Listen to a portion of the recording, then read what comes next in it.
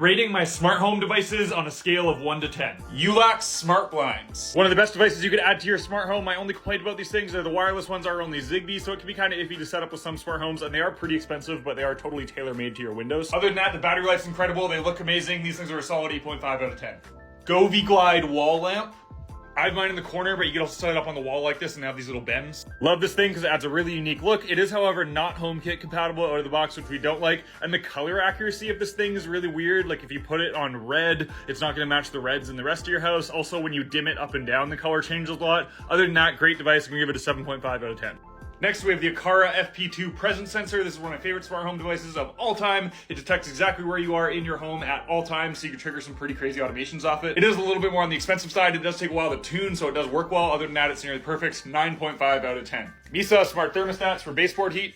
Love these things, and they just look great. The V2 model here is a little bit on the expensive side, 8 out of 10. The light model, though, with the physical buttons, quite a bit more affordable, 9 out of 10. Ecobee smart thermostat for all other types of heating and cooling. I struggle to find any complaints with this thing. They have cheaper and more expensive models to choose from, 9.5 out of 10. Philips Hue smart bulbs. Hue bulbs are great, really reliable. Everybody knows them, but they are really expensive compared to their competitors, 7 out of 10. Mysa smart bulbs, significantly cheaper, but can sometimes be more dodgy on the connection side, but overall still pretty solid, 8 out of 10. These wireless Ecobee smart buttons that you could use to trigger scenes or other devices and kind of put them anywhere.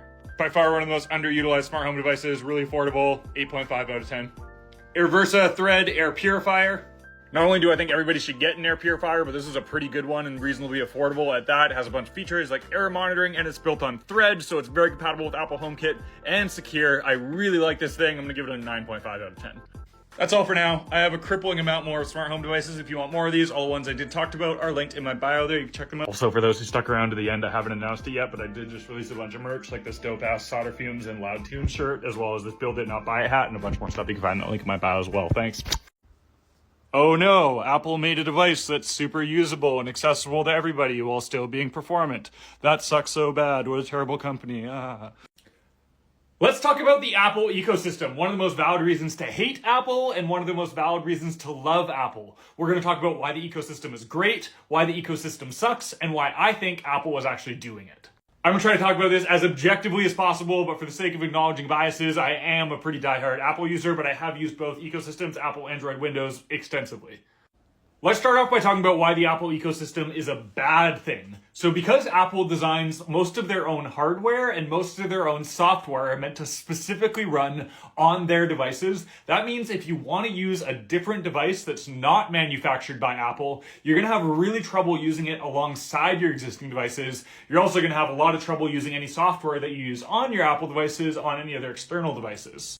For people that have very specific needs for their hardware and software that exist outside of the scope of Apple, or they just like to tinker and try out a bunch of different things, the Apple ecosystem is going to be pretty restrictive, and it's a really great reason not to go with Apple products. If that's something that really, really bothers you, don't get Apple, use something else. Now, that sounds pretty awful, but there's two reasons that make the Apple ecosystem pretty incredible and why I choose to use it over the alternatives. The first one is just blatant ease of use and integration across any device that you buy. No matter if I get a new laptop, if I get a new phone, I know I can sign into my Apple ID. Everything that I use, from my photos to my text messages to my contacts to my passwords, everything that I interact with day to day is going to be perfectly synced up and already set up.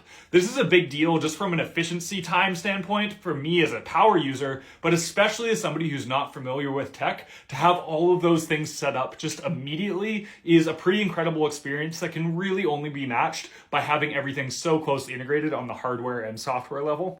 Yes, there is other solutions out there. You can download apps to sync up your messages across all your computers. You can download apps to set all this stuff up. It is all possible to do on Android and their equivalents. Apple just makes it that much easier.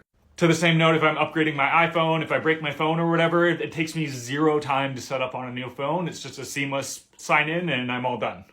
The other one, and this is the really big one that a lot of people don't talk about, is security. Because Apple develops everything from the hardware to the applications the hardware is communicating to the other applications that those applications are communicating to, Apple can build a totally closed loop end-to-end encrypted form of communication between everything you're doing on your phone. Whether that's taking a photo, whether that's sending a message, whether that's using your GPS to find your location. Apple has everything locked down at a hardware and software level. Apple as a company has one of the best and the most robust user-focused security policies as well. So not only does their hardware and software support the most secure way to move your data across all of your devices, but them as a company also protect that data like it's absolute gold. I personally have worked in the data space before, and I can say from boots on the ground that Apple data is by far the most locked down, and there's no safer place to keep your data as a regular consumer.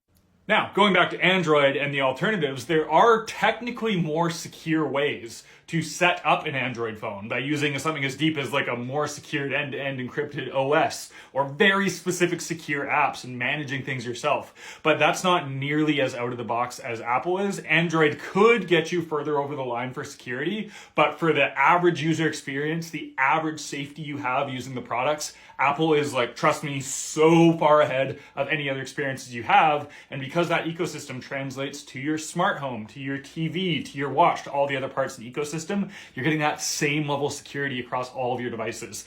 That is the main reason that I go with the ecosystem across all the other things. And the last kind of bonus reason that's becoming super relevant with Apple manufacturing their own silicon with the M chips and the iPhone chips is when you're able to manufacture the hardware yourself and write the software that runs on that hardware, as far as performance per dollar that you're getting out of your hardware, it's just gonna run better. Everything's designed to be totally in sync with one another. That's why you're gonna see iPhone prices dropping over time, because while the hardware might objectively not be as powerful, the software that's running on it is literally tailored exclusively to run and utilize that hardware to its full capacity. There's no right or wrong answer whether an ecosystem like Apple's is right for you. The only reason I personally go with Apple's ecosystem is because it's so developed and it has every device that I need. It has the watch, it has the smart home, it has the laptop, it has the phone, but it's also a company that I trust. Apple is a company that has a proven track record with values that more or less align with my own. So I trust investing in that ecosystem, knowing and having confidence in that it's going to keep delivering with what I need. That's my difficulty kind of recommending other ecosystems like some of the Google ecosystems or some of the other ones developing. Even if a company has that trust there, if you invest in the ecosystem but they don't have an auxiliary device that's supported within your ecosystem, you're going to have a need for that and you're going to have to branch out of the ecosystem and it's going to cause problems for you.